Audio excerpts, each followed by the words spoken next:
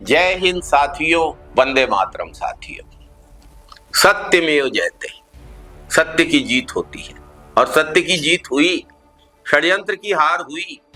AICC के राष्ट्रीय महासचिव, पंजाब के प्रभारी, छत्तीसगढ़ के पूर्व मुख्यमंत्री श्री भूपेश बघेल पर सीडी कांड में लगाए गए आरोपों को सीबीआई के विशेष अदालत ने निराधार बताते हुए मामले को खारिज कर दिया है। श्री भूपेश बघेल के खिलाफ मामले को खारिज कर दिया है। साथियों, सोचिए, एक जन नेता के खिलाफ कितने गंदे आरोप लगाए गए थे, कितने गर्हित आरोप लगाए गए थे और ये आरोप कितने निराधार थे। कितनी बड़ी साजिश थी विपक्ष के खिलाफ भाजपा सरकार की। ये फैसला श्री भूपेश बघेल जी की जीत के साथ साथ भारतीय लोकतंत्र और न्याय व्यवस्था की जीत है। यह निर्णय साबित करता है कि बीजेपी की राजनीतिक साजिशें और सरकारी एजेंसियों का विपक्ष की आवाज दबाने के लिए दुरुपयोग लंबे समय तक नहीं चलने वाला है। बीजेपी की राजनीति सांप्रदायिक ध्रुवीकरण, नफरत फैलाने और झूठे मामले बनाने पर आधारित है। जो भी भाजपा की तानाशाह नीतियों का, भाजपा के भ्रष्टाचार का, भाजपा सरकारों के जन विरोधी फैसलों के खिलाफ खड़ा होता है, उसे झूठे मामलों में फंसाने की साजिश रची जाती है। यही साजिश रची गई थी श्री भूपेश बघेल के खिलाफ। बीजेपी अपने राजनीतिक विरोधियों को डराने के लिए, दबाने के लिए, प्रतिशोध लेने के लिए सीबीआई, ईडी, आईटी और पुलिस का हथियार की तरह इस्तेमाल करती है। जो भी जनता की आवाज उठाता है उस पर झूठे मुकदमे डालकर उसे जेल भेजने की साजिश रची जाती है, जैसा कि श्री भूपेश बघेल के साथ किया गया। श्री भूपेश बघेल ने तो जमानत लेने से भी इनकार कर दिया था। बीजेपी बार बार झूठे आरोप लगाकर, निराधार आरोपों के आधार पर दुष्प्रचार करके विपक्ष के बड़े नेताओं की, जुझारू नेताओं की छवि खराब करने की साजिश करती है।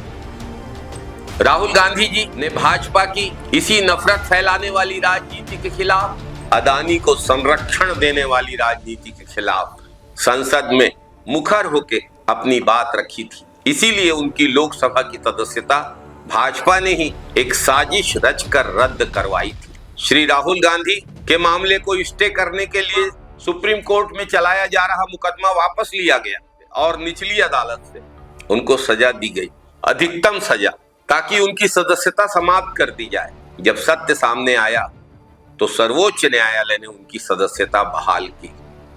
श्री भूपेश बघेल जी ने भी छत्तीसगढ़ में लगातार भाजपा की नफरत फैलाने वाली राजनीति और भाजपा के भ्रष्टाचार का विरोध किया है, उजागर किया है। जनता की आवाज उठाने की सजा भाजपा सरकार उनको दे रही थी, लेकिन अंततः सच्चाई की जीत हुई और श्री भूपेश बघेल इस मामले में सभी आरोपों से मुक्त कर दिए गए अदालत के द्वारा। साथियों, सोचिए, चरित्र हनन की कैसी राजनीति करती है भाजपा।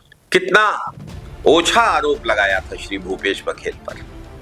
बीजेपी की राजनीति झूठ, डर, भय फैलाने पर आधारित राजनीति है। बीजेपी की राजनीति साजिशों की राजनीति है। बीजेपी की पूरी राजनीति सरकारी एजेंसियों के विपक्ष के खिलाफ दुरुपयोग पर टिकी हुई है। जो एजेंसियां बनाई गई थी घोटालों की जांच के लिए, काले धन को रोकने के लिए, उन एजेंसियों को मोदी सरकार विपक्ष के खिलाफ इस्तेमाल कर रही है। स्विस बैंकों में काला धन बढ़ता जा रहा है, लेकिन ईडी और सीबीआई के विपक्ष के खिलाफ दुरुपयोग से फुर्सत मिले भाजपा को। जिस राज्य में चुनाव होने वाला होता है, विपक्ष के खिलाफ, विपक्षी नेताओं के खिलाफ आरोपों की कतार लगा दी जाती है। साथियों, अंत में सत्य की विजय होती है। झूठ कितनी भी कोशिशें कर ले, सच को दबाया नहीं जा सकता। बीजेपी के साजिशों की सच्चाई को जनता पहचान चुकी है। साथियों, बहुत विनम्रता पूर्वक कह रहा हूं कि परेशान करने में बीजेपी सफल हुई है, विपक्ष को राजनीतिक चालों में फंसाने में बीजेपी सफल हुई है,